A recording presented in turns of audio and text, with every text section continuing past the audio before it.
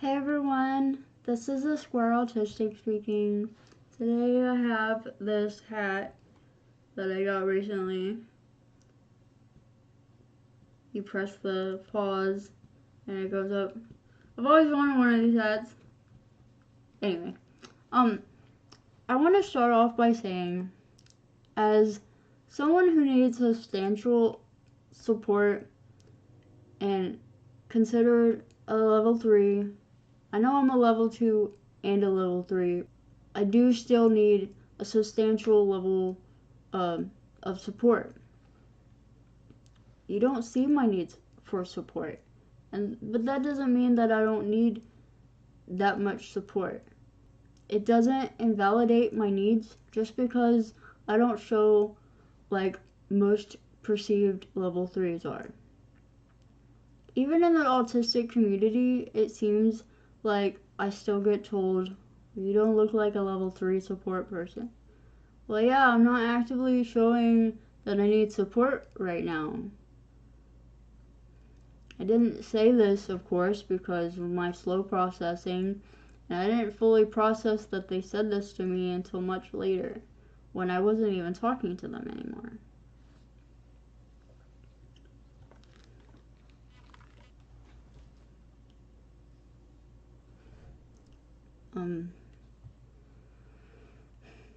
There is still so much information about and around autism that even people with autism aren't aware. Especially right now with media, only high-functioning or severe autistic people are being spoken about. I don't really like those terms, but like I've said in past videos, but honestly, I'm just glad any awareness is being brought out at all. Even I had been asked years ago about if I was autistic, and I was like, I'm not autistic, because I only knew about like stereotypical stuff, like autism is portrayed, if you're autistic that must mean you're stupid or you're slow, like there's something wrong with you.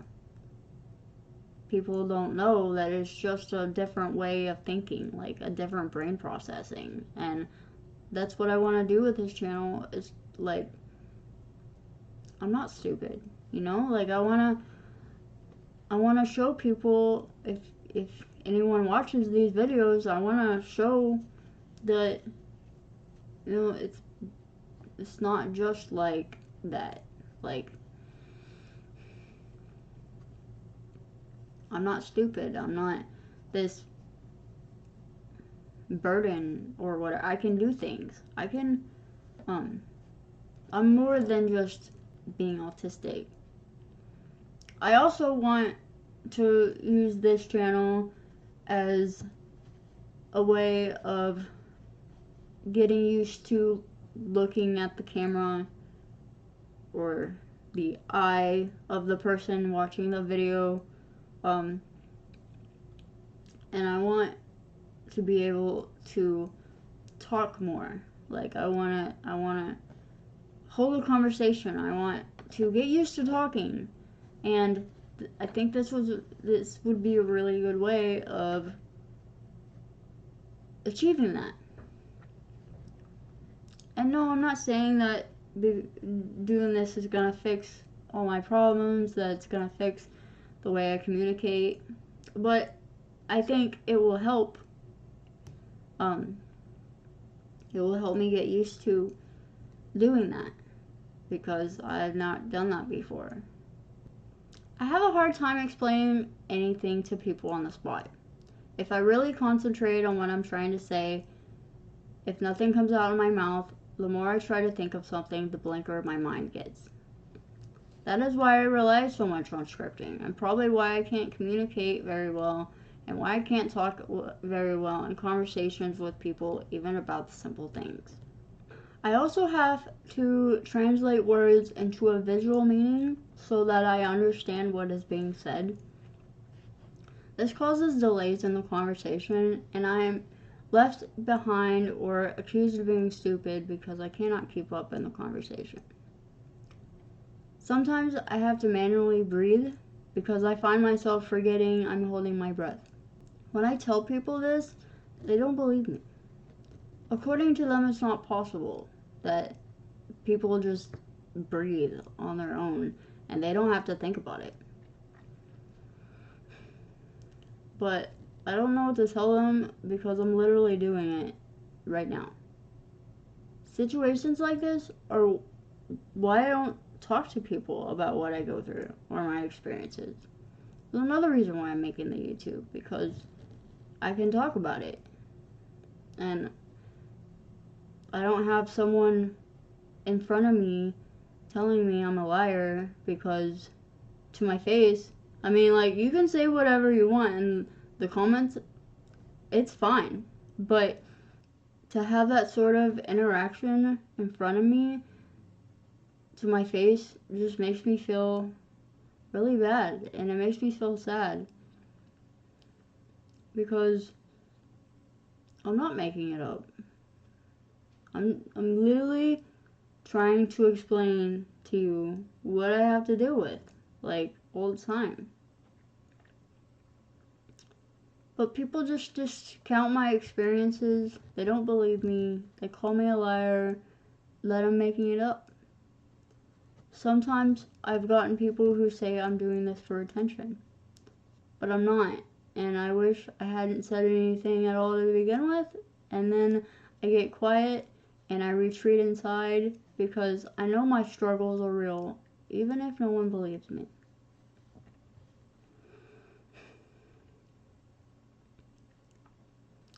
I don't have muscle memory, but I do get more efficient the more I do the action and faster at doing the action, depending on what it is and how often I do it.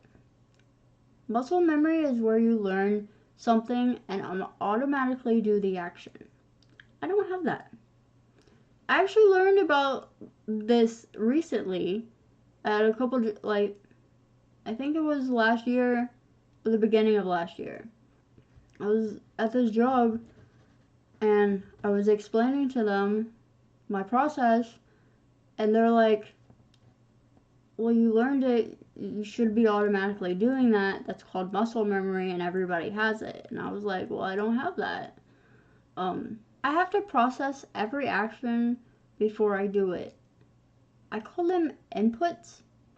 My brain manually gives commands or inputs, and my body reacts to the inputs and does the action. My brain figured out a more efficient way of doing the inputs. I usually say a single word in my head for the direction of the action, and my eyes will point in that direction. It took me a long time to get to this evolutionary discovery for my single word input, like 3 decades long. I actually figured it out at that job I was just talking about, where they didn't believe me that I didn't have muscle memory.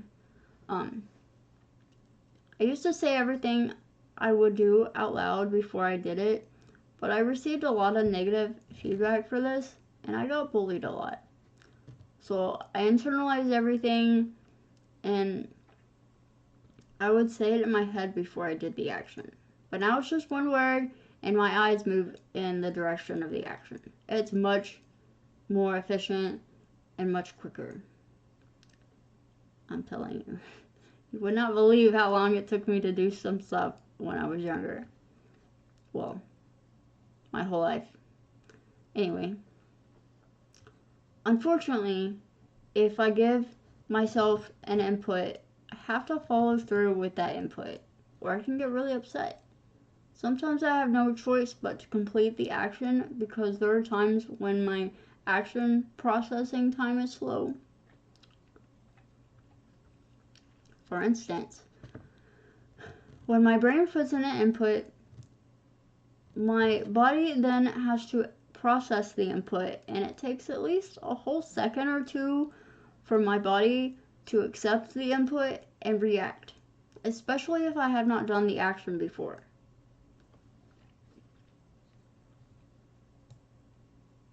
For example, one time I was standing in the mall, Chick-fil-A, pickup line for a modal order I had placed. There were a bunch of people around the counter waiting for their name to be called. The lady suddenly called my name. My brain inputted the command, and after completion of the input, my body reacted. So, I'm in the process of moving my body to reach the destination of the food, which is on the counter. The employee called out the next person in line, and they almost collided with me without going around me.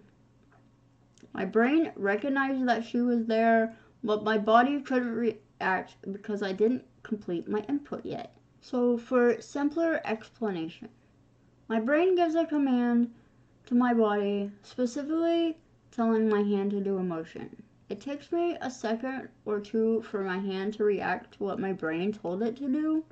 For example, when he was teaching me how to drive the car, he says to stop, and my brain acknowledges that he said to stop, but my brain has to say, hey foot, move to push on the brake pedal so we can stop the car. I won't fully understand something unless you explain it to me. Even though it sounds really simple, even if it's something really important, unless you explain it to me, it just won't click in my head and I won't truly understand. I need scripting to talk without having to think of what I am trying to explain or say. If I get distracted, I will completely lose track of what I was doing or saying. I will freeze up and have long pauses because I'm trying to figure out what I was going to say, and it's frustrating. I have always been very quiet spoken when I do speak.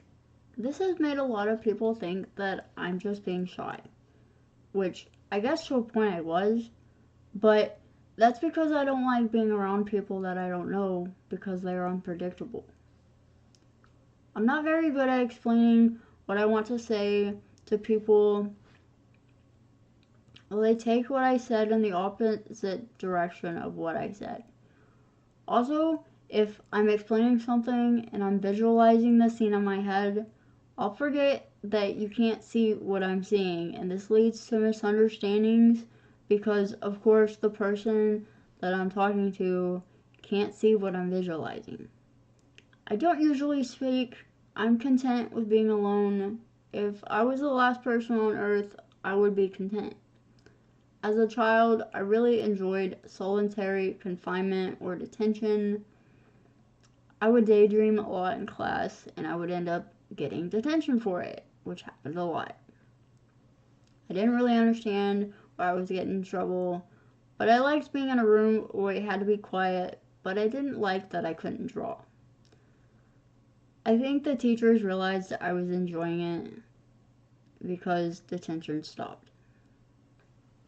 It took me a long time before I could brush my own hair because I couldn't figure out how to use my arms and my hands. My depth perception is off. So I have to use a mirror to, well, not brushing my hair, but like if I wanted to straighten my hair, which I just did for this video, well, for the last few videos, I have to use the mirror to like take some, and even then I have to figure out, like, I can't just go and do it like a lot of people can. I have to, like, I don't know how to explain it, but it's really hard for me. I'm trying to straighten my hair more because I'm trying to work on using my hands and my arms, like that. I had to wear pull-ups until I was 12 because I couldn't figure out how to hold in my urine. This, of course, would lead to bullying, but not just kids, but also adults, because according to them, I should have learned how to hold it in already. I tiptoed all the time, which I love doing. I can't do it anymore because of my accident. I can't tiptoe on my left foot. But my mom ended up signing me up in ballet classes, which I hated. But she thought that I would be great at it because of how much I tiptoed all the time. Those classes did not last very long because our instructor took the money paid by the parents and ran away with it. And I don't think he was ever caught. And I never got an update on that. But I was glad that I no longer had to wear the tights. I actually, for a long time, thought that I was allergic to the tights because they irritated my skin so much. But now, looking back, knowing that I'm autistic, it's just sensory sensitivity and not that I was actually allergic. There wasn't a rash or anything, even though I told people that there was because they wouldn't believe me. And they made me wear them. So I told them I was allergic and they got me ones that didn't bother me. Like, it's another thing. I just don't understand why I have to lie like that. I don't like lying. I like being honest. It's very important to me. Honesty is very important to me. But I had to lie because no one listened to me. That's not fair. This doesn't make sense. Anyway, I would spin around with my arms straight out for balance. And if I felt dizzy, I would stop and spin in the opposite direction and the dizziness would stop. This included being in a chair and having someone spin me around, as well as on the merry-go-round on the playground. The only part of spinning that I dislike is the pressure force, weight against my body that I feel when I'm spinning while being on something like a chair or the merry-go-round. I don't feel this sensation when I myself am spinning around when I'm standing, but maybe that's because my arms are out, or maybe it's because I'm not on an object moving super fast. Maybe something to do with physics, I'm not sure. On Christmas, I would like to open each present one by one and then look at each one. I think I did this because it was a step process, and unwrapping was step 1, step 2 was holding the object and examining it, and step 3 was saying thank you to my mom for getting it for me. But I found that process for opening presents isn't really appropriate. People tend to like it when you open a present one by one instead of all at once. Ever since I was young, I have had an easier time talking to strangers than people I will see again. But only if they're outside. If the stranger is inside a building of some sort, I have a really hard time approaching them. If I see someone in need at, let's say, a store, even if I don't want to talk to anyone or be near anyone, I have this instinct to react and help someone in a wheelchair or a motor-sized assist chair get something if they're reaching for it off of a shelf, and then I ask them if they need anything else. I've always done this, and I don't know why. If the person I'm talking to changes the subject, I have a tendency to turn around and walk away. I've gotten better at remembering to stay and listen, but I still do this the majority of the time. I need to be driven places. I don't have my driver's license. I do have my learner's permit though. There is so much stimulation and distractions and possible hazards that I enter shutdown mode rather quickly as a passenger, let alone if I was behind the wheel driving. I don't have a license because I have to think about everything before I do it, and my body reaction speed is not fast enough to react if I needed to brake suddenly. It takes my body a second or two to react, and that's dangerous for being behind a wheel. I need structure and routines in place in order to function. If there are any changes to my direct routine, it affects my inner core system and I stop working properly. If I don't have structure, my whole day is thrown off. I have methods that work for me in everything that I do, not just at work, and if that's disrupted, it really affects me negatively. If I get interrupted, I will completely lose track of what I was doing or saying. And it takes me a bit to get back to what I was doing, and I have to reboot myself. Especially if I'm doing an action that requires my direct approach, which is my step-by-step process, standard approach that I do that helps me function. I can't cook very well. I get overwhelmed with all the timing and the steps, and it's really scary for me.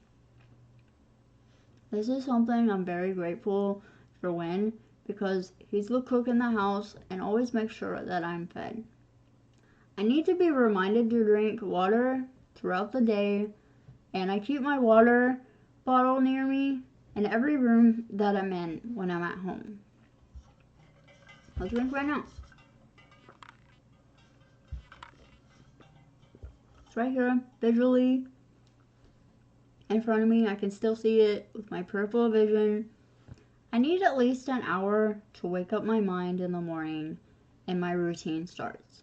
I do this by rolling onto my back and checking my emails, playing a couple of phone games, and then checking my notifications to see if anyone has sent me a message. Then after my mind has woken up a bit, I go make coffee for both of us, and I eat the same thing every morning. Mini cinnamon Echoes. The same thing I've had when I was a kid. I used to have it all the time. I'm not sure why I stopped. I don't remember. When I was younger, I had a yellow thread. I don't remember where or how I got it in the first place, but I felt this sort of like intense bond to this thread. It was like, just like that. Small, just a thread. Well, not like, it was like a patch of thread, not just like a single thread. I had to carry it wherever I went. Mom loved to dress me in overalls. She thought I looked so cute. I remember the overalls having a small pocket in the front on the chest, and I would keep it inside and never take it out. It was always with me. Of course, I want to make sure that I took it out before it went into the wash, but unfortunately, I lost it during a move. And I moved a lot growing up. And when I lost the thread, it felt like I lost my best friend. Inanimate objects, to me, have feelings. I treat certain objects with respect and appreciation.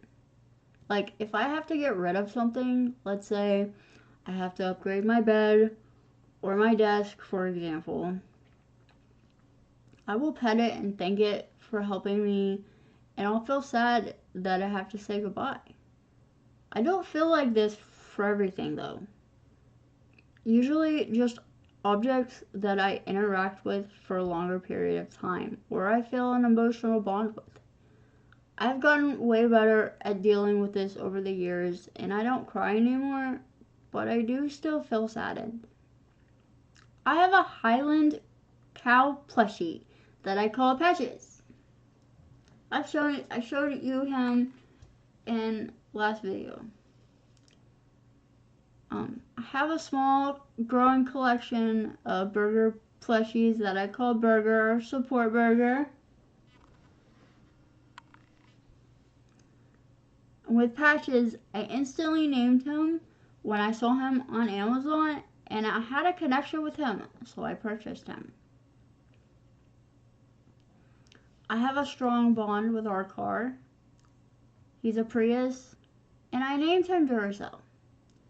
When we are driving somewhere, I like to put my hand on the door and show my appreciation to him by acknowledging him and stating my gratefulness for him for his ability of working and taking us where we need to go. He's very important to me.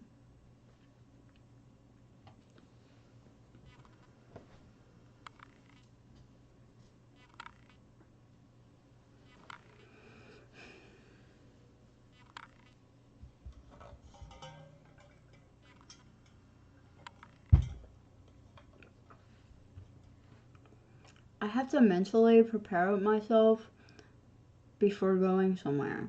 And if plans get canceled, it's not that I get sad. because I'm glad that I don't have to go anywhere anymore. But I feel like my insides got gutted because I prepared so much for this thing that I was gonna go to, and at the last minute it gets canceled. It's really hard for me. And then my whole day gets messed up because I couldn't do the thing that I planned for. It's much more than just being bummed out, and it's very intense. It disrupts my routine and my structure, and I need that to function. I like certain sounds. I will have them repeated with a recording of sorts. I have a video recording on my 3rd birthday showing where I unwrapped a Big Bird toy from Sesame Street. If you press his belly, it would make a laugh and the toy would vibrate. I did not want to stop pressing the button inside. The sound resonated with my soul. You gotta open it up some more. Oh my. You may help you? No, you got it. You're watching her facial expression, baby. No, Maya, that bird. That bird.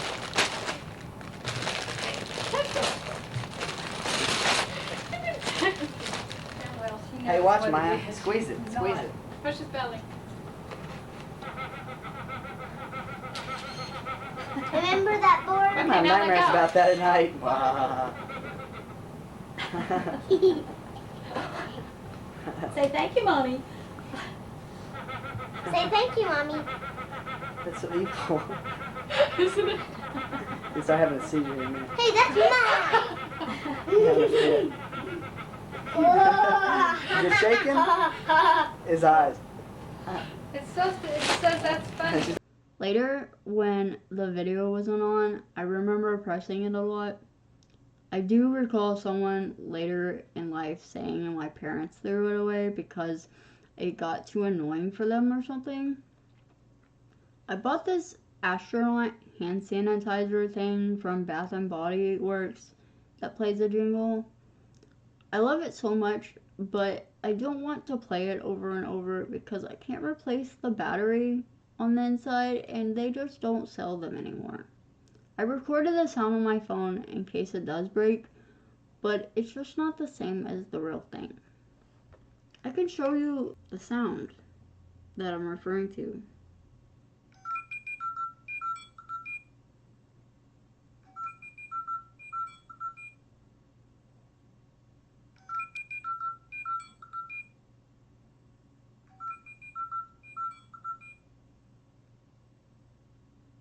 That's the sound.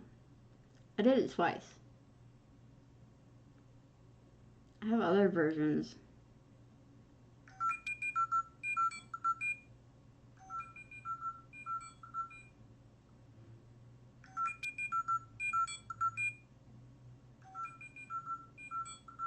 Okay, that one's my favorite.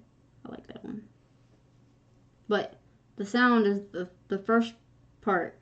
This part. It's pretty cool. I like it. I like certain words and how they sound and how they feel when I say them. So I'll repeat them over and over again. I'll cover that in a different video. I'm very logical and I cannot play pretend. And I didn't have imaginary friends when I was a child. Not being able to play pretend was really hard for me because this is how kids play together at school. I just couldn't, and I still can't wrap my head around how that works. This is why I spent so much time playing by myself on the playground. I would find a spot near a wall and play in the dirt. But it works out for me because the other kids are just too loud. When I see an object in my head, it's not really there. It's like a vague, faded image. So, if I want to draw something, I have to look at a bunch of different images of whatever the thing is and then draw my own thing. I'm not really fully copying, but in order to enact the drawing, I have to do this. It makes me feel sad because I know that people are just gonna think that I'm cheating and it's not real and it's not my original design. But I drew this recently. I looked up a bunch of different jellyfish, and I didn't copy this, but I still had to look up images to figure out what a jellyfish looked like. I couldn't just draw it from my head. So, but then I drew this.